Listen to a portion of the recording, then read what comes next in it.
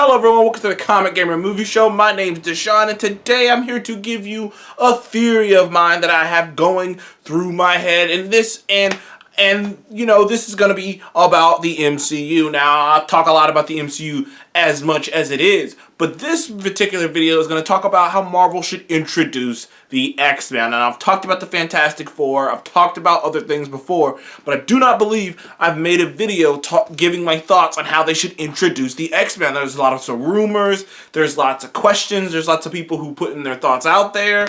I've already talked about how they got the X-Men, but I've never really gotten into what they can do, with the X-Men, how they should introduce the X-Men. Okay, let me just get started. First things first. How do they explain the existence of mutants? Because I've seen theories that maybe the Snap created mutants, maybe the Snap started to create mutants, maybe mutants come from another, dimension, maybe Scarlet Witch changes the world and Winter Soldier and WandaVision to the point where mutants exist. But to me, none of those theories quite make sense. First of all, I feel like you'd be robbed. First of all, Scarlet Witch is powerful, but it wouldn't make any, they would have to come up with a really solid reason for why she just made all these random people have abilities, and they would have to come up with a really solid reason for how she could literally change the course of history itself. Opening up a gateway to another dimension is one thing, but changing the course of history itself is another. That is power on another cosmic scale that even it doesn't seem like Thanos can do that. Especially the way that Marvel explains how time works. So the only logical way to go about introducing the X-Men is that they were always there. Now, the one hurdle you have to jump over, which is a hurdle that the Eternals is going to have to jump over soon, is explaining why they didn't get involved in anything and why we haven't known about them until now. And that's going to be the number one hurdle you have to jump over. It's going to be the number one hurdle for any character that Marvel,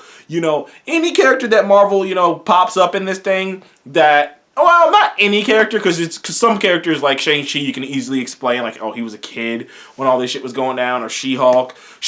Kamala She-Hulk, you can easily say, oh, well, Kamala's a kid, and She-Hulk was just a normal woman before whatever happens in her show. So, but for the Eternals and the X-Men, you're going to have to explain where they are. And the thing is, I think it's very important to keep some of the X-Men's histories, namely Wolverine's, because the richness of Wolverine is the fact that he's lived so long and he's lived so many different lives and he's been in so many different areas that if you cut it down, that if you make him a new Wolverine and he's only been alive for such and such years and he can just live longer, it kind of takes away from the richness of the character. So that character alone, Wolverine alone, kind of made me come to the conclusion that they have to have existed, because otherwise... you don't get that rich character arc. Now, there are certain characters that I do think you have to update, because Marvel has moved up. So by the time they introduced the X-Men, in the MCU timeline, it is 2023, I believe. 5 years, okay, it happened in 19, 5 years later, 19, 20, 21, 22, 23. Yeah, it's 2023. And by the time they introduced the X-Men, it may be... years from now, maybe 2 more, 3 more years from now, until it's 2026. The further away they get away from the Holocaust, the harder it is to explain that Magneto would be a Holocaust survivor. And if you're gonna and it's gonna be kind of cheesy if they just go, oh well, he's got the power to not, age either, because it's like, oh come on, you guys. So and plus, I never thought, and this is just my opinion, that the Holocaust was the defining thing in Magneto so much as the tragedy of the Holocaust. And I feel like it would be not as easy, obviously. You want to find something that, fits the character. But I feel like it's a bit easier to find another tragedy, another moment of innocent people being preyed upon by an oppressor, or by people killing them in droves. I think you can find another tragedy or another moment like a Holocaust-like scenario to find a new Magneto, because I think it's less important that it's the Holocaust and it's more important about what the Holocaust made him feel like towards the world, towards people, towards men in general, towards, it made him have a bleaker outlook on life and how it affected his psyche of everything. And I do, and I think you can still get that by putting him in a different situation. I've seen crazy theories like getting Denzel Washington or casting him as as an African American actor, or not even African American, just a different, other than just a different skin color other than white. And I bat it around in my head, and I think that could work because, like I said, you just need the tragic situation that would create someone like Magneto. It doesn't have to be the Holocaust. So to me, everything's as easy as just updating. Just updating and updating. Now, let's updating. Magneto doesn't have to be the Holocaust, but it could be something else tragic.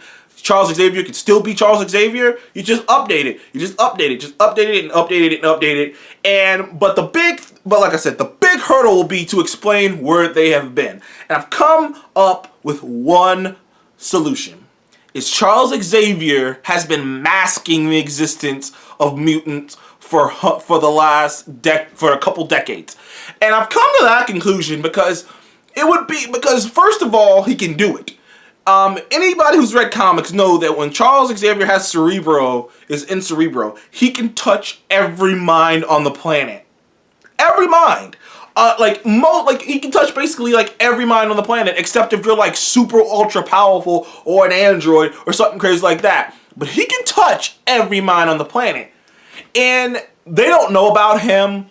Other than the Eternals, other than the Eternals who don't care about them, no one else would know. Other than Thor, think about it. Only person who's been on Earth, the only two older beings that would even be around to even know anything was happening is Thor and the Eternals, and they don't, and they don't really care. They're not on Earth all that. Well, they're on Earth, but they don't really care all that much about normal day-to-day shit on Earth.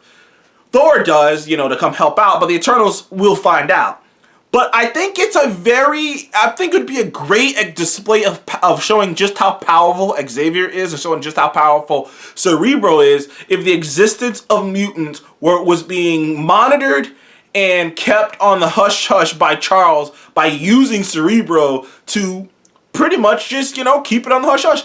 And to me, it's as simple as this, as making it one of those things where there's not as many mutants.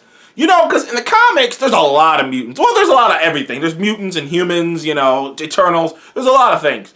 But I feel like it's as easy as being like, okay, there's not a lot of mutants. Mutants are far and in between. Make it like a few. Make it basically make it so that most of the mutants that exist are either with Magneto or with Charles. So that way it's not like, oh, there's a mutant rampage. It's like, no, there's just enough mutants. Just little enough mutants that Charles can keep it under wraps. And you have to understand, too. In a lot of the comic books, mutants existed far before Charles ever created the X-Men. And it's something that's not talked about, but the Shadow King was a mutant. And he had been ruling, for thousands of years. Before he met Storm was a mutant. Before he met, so mutants existed and no one knew about them for hundreds of years. There's a lot, it's been adding up, and by the time Charles created the X-Men, it was at a boiling point where people finally started to notice them. But in the comics, in the history of the X-Men, mutants existed far before Charles ever created the X-Men, and people never knew about it. So I don't think it's too far-fetched to think that with Charles Xavier's powers, with the craziness that's going on with superheroes in the world, that he would be able to hide, the presence of mutants. Of course, that's my first theory, is that Charles Xavier, using Cerebro, is hiding the presence of mutants by messing with basically everyone's brain on the planet Earth, and almost erasing it. Almost pulling, my comic book fans would know this, a Sentry. There's that amazing Avengers comic with, it's called New Avengers, it's called, and it has the Sentry in it as a protagonist, and in it, it's discovered that the Sentry's so powerful. If you don't know who the Sentry is, he's freaking nature. I'm gonna make a video about him. He's crazy. He's crazy powerful. But he basically erased himself from the Marvel timeline, but not literally. He existed, but he erased himself out of the minds of everyone in the Marvel timeline, except for his wife, to the point where he didn't even know he was the Sentry, to the point where no one even knew who he was the Sentry, because he erased himself. And I could see Charles doing something very similar. The only problem I come up with my theory is how to explain where Magneto is. And of course, they could just kind of skip ahead and go, he's in Genosha. And like, he's in Genosha, nobody goes out there, he's been living the good life, and something happens. Like, I'm just so curious to see how the MCU introduces the X-Men. Are they going to do it slowly? Honestly, I am really into the idea of introducing Wolverine outside of the X-Men. That's the one theory that I see going around that I'm like, I'm digging that. Of introducing Wolverine outside of the X-Men. Because the thing is, I love the X-Men. I love Cyclops. I love... Well, me and Cyclops have a hate and love relationship. I love Storm. Love Jean Grey. Love Rogue. Love Jubilee. Hell, love Nightcrawler. Love Gambit. I love these guys. But Wolverine's the star of the show, man. He is the headliner. He is the big boy. Wolverine is a part of almost every team in Marvel. He's an Avenger. He was a Howling Commando. He was a part of Fantastic Four. Wolverine is the shit. So it makes a lot of sense to introduce him outside of them. Now, what I would do is introduce the rest of them together and introduce Wolverine separate from them.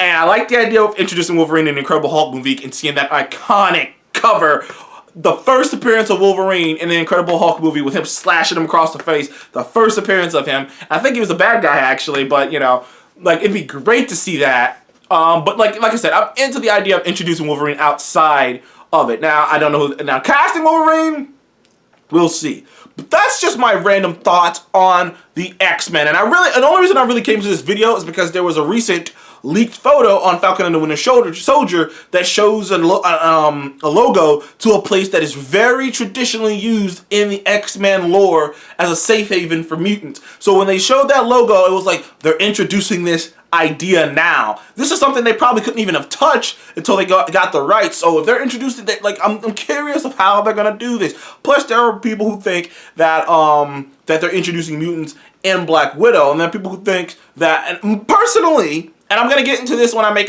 my Eternals video. Personally, I'm getting into this a little bit more.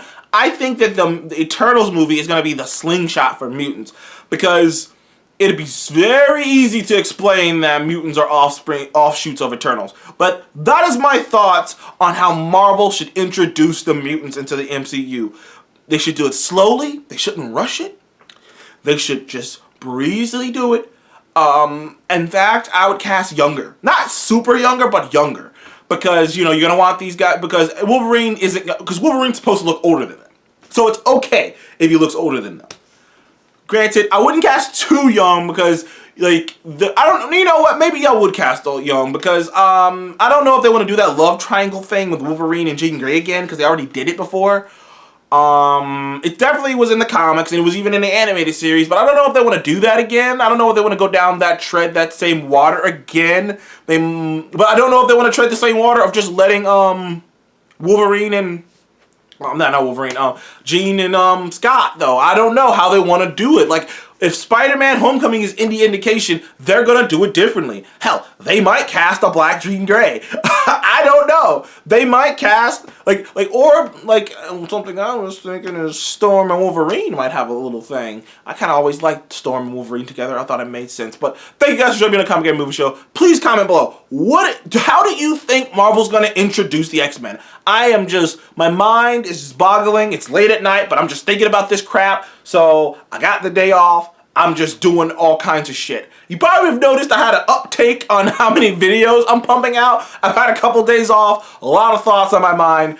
The new Mutants trailer's coming out tomorrow, so that's also why I'm making this too, because I'm thinking about that as well. Curious how you guys are gonna think about that. It's supposed to come at 6 a.m. tonight, so I will be reviewing that the moment it comes out. Thank you guys for joining me on the Comic Game Movie Show. Please remember to like, subscribe. See you in the next one.